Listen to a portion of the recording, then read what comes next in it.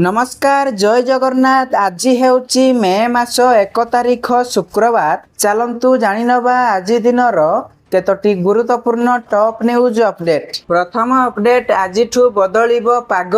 घड़घड़ी सह वर्षा पवन पाई 4टी जिल्ला को वार्निंग जारी करिछि पाणीपाग विभाग। पाणीपाग विभागर सूचना अनुसार बुधवार ठारू पाग बदलिबो। बुधवार ठारू मे 4 तारिख पर्यंत 6 दिन धरी राज्यर विभिन्न जिल्ला रे कालबैशाखी प्रभाव रहिबो। एही समय रे घड़घड़ी बिजुली सहित वर्षा पवन हेबो। बुधवार मयूरभंज, केन्दुझर, बालेश्वर एवं भद्रक जिल्ला रे गोटिए किंबा 2टी स्थान रे बिजुली घड़घड़ी सहित वर्षा हेबा नै ऑरेंज वार्निंग जारी होइछि। एथिसह वर्षा समय 50 रु 60 किलोमीटर बेगरे पवन बहिबा नै सतर्क सूचना दिया जाइछि।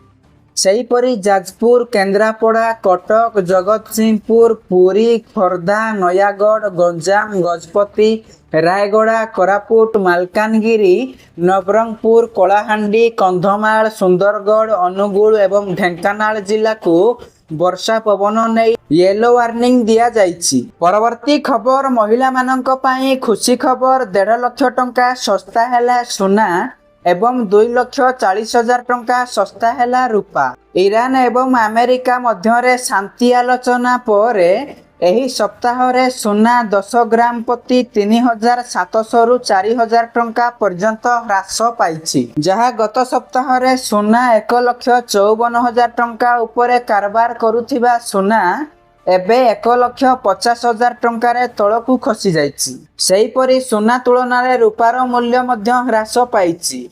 2,50,000 टंका उपरे कारबार करुथिबा रूपा एबे 2,40,000 टंका तळकु खसी जाइछि। 22 एप्रिल 2026 रे रूपा प्रति किलोग्राम 2,50,970 टंका स्तर को खसी आसिछि एवं 27 एप्रिल 2026 रे एहा प्राय 2,44,510 टंका को खसी आसिछि। परवर्ती खबर, छात्र छात्री माननकु मासकु मिलिबो 9,000 टंका। केंद्र सरकार प्रधानमंत्री इंटर्नशिप योजना आरंभ करिसंती। एही योजना माध्यम रे युववर्ग माने शिक्षा एवं कार्य अभिज्ञता उभय पाई परिबे, जहा फल रे भविष्यत रे सेमाननक पई चाकरी खोजिबा सहज हेबो।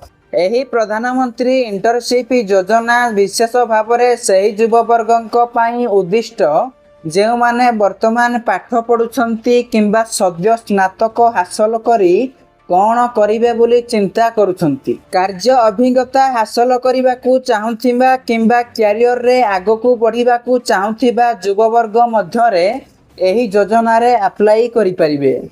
पूर्वरु एही योजना रे बयस सीमा 21 रु 24 वर्ष थिला, किंतु सरकार एबे बयस सीमा 18 रु 25 वर्ष को वृद्धि करिसंती। परवर्ती खबर, मे 1 रु लागू हेबाकू जाउची नुआ नियम।